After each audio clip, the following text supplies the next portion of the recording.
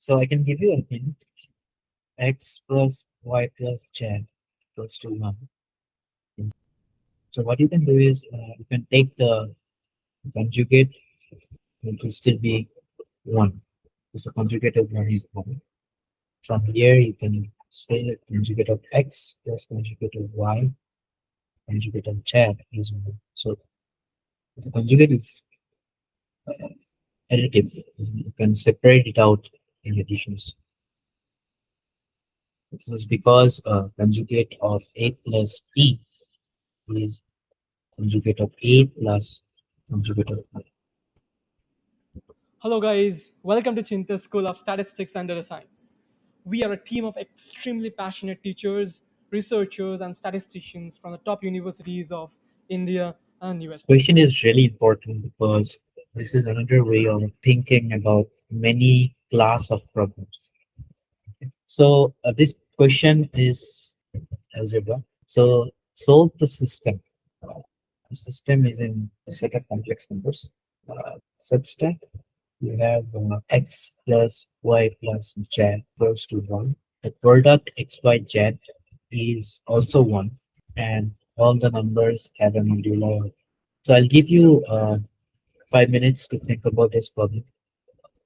Um, okay, so let me solve it. So as I told you, you have x plus y plus z is 1. You can take the conjugate of the whole will still be 1. So you can separate it out. From here, you can use one more property.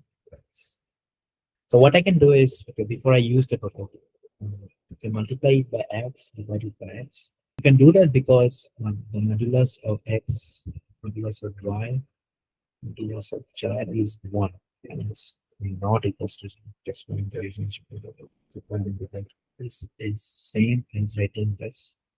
Should be 1. Now there is one more property which I can use. It says x times mod of x is x times conjugate of x is mod of x squared. So you can say this take x plus iy multiply with x minus iy like x squared plus y squared, which is mod of x plus iy whole squared. So one of the most celebrated results that's used in solving problems on this analysis. Because it's very trigonometric. From here, you can write this as mod of x squared by x plus mod of y squared by y z. Okay. Now I will invoke this property. I will rely on the complex numbers by 1. So from here, you can write 1 by x plus 1 by y plus 1 by z. And here, what you can write is xy plus yz plus zx divided by x y z. So, so also there's this property which I'm using says xyz is equals to. So this will become xy plus yz plus zx equals to. So what we have now, we have x plus y plus z is equals to 1. We also have x, y, z is also 1. We also have x, y plus y, z is is 1. And the modular of x and modular of 1 and modular of z is so. So whenever you see these kind of expressions, always use algebra, so algebra of equations. Why?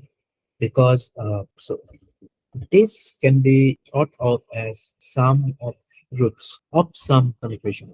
This can be thought of as product of the roots.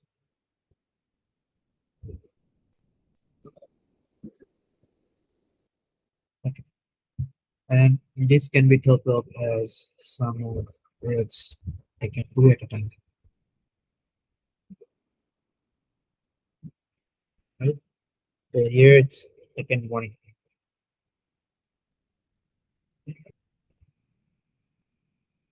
This is helpful because if we say, for example, you can think of an equation, say a cube minus a square plus a minus 1. This is my equation p of a. So if you think of this equation, you'll find that the sum of the roots is, so I'm writing sum of the roots as are taken one at a time.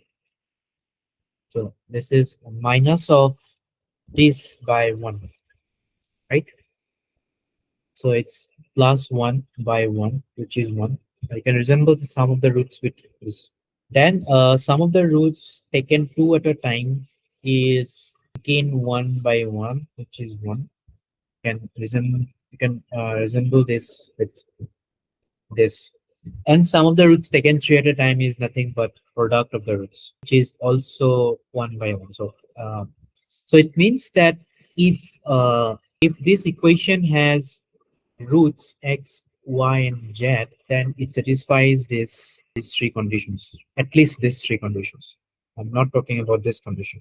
This is what we can infer from this equation we have. Okay.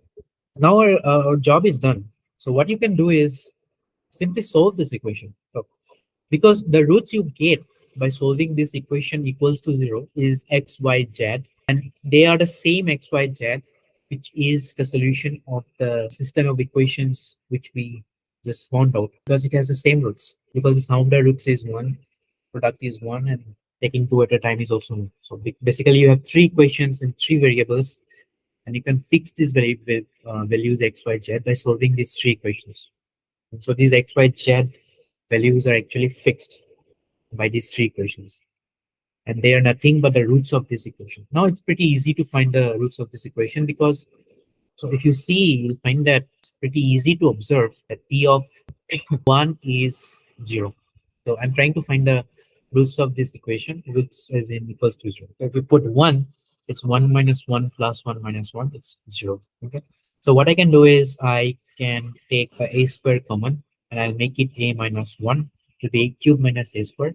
Plus I take a 1 common, I'll get a minus 1 to 0. So from here you get a minus 1 times a square plus 1 is 0. From here, of course, you'll get a equals to 1. And the other roots you will get is a equals to plus minus I. So this x, y, z, which we need, is nothing but a permutation of 1, I, and minus I. And also you can see that it also satisfies this equation. This result we have, mod of x is 1, mod of y is also 1. There's a mod of iota is 1. Mod of minus iota is also 1. So this solves our problem. From here, you can simply say that the values of x, y, and z is nothing but simply I minus I. It can also be I, 1 minus I. Doesn't matter. So it's some permutation of I, 1, I, 1, I, and minus. So please feel free to ask if you have any questions. To book a trial class for your preparation courses of IITGM MS, ISIM STAT, and CMI MSC Data Science, check out the first link in the description below. If you're enjoying the video, show some love by liking the video and subscribing to the channel. We welcome you again to this passionate community of budding statisticians and data scientists. Let's enjoy the rest of the video. Stay tuned and stay blessed.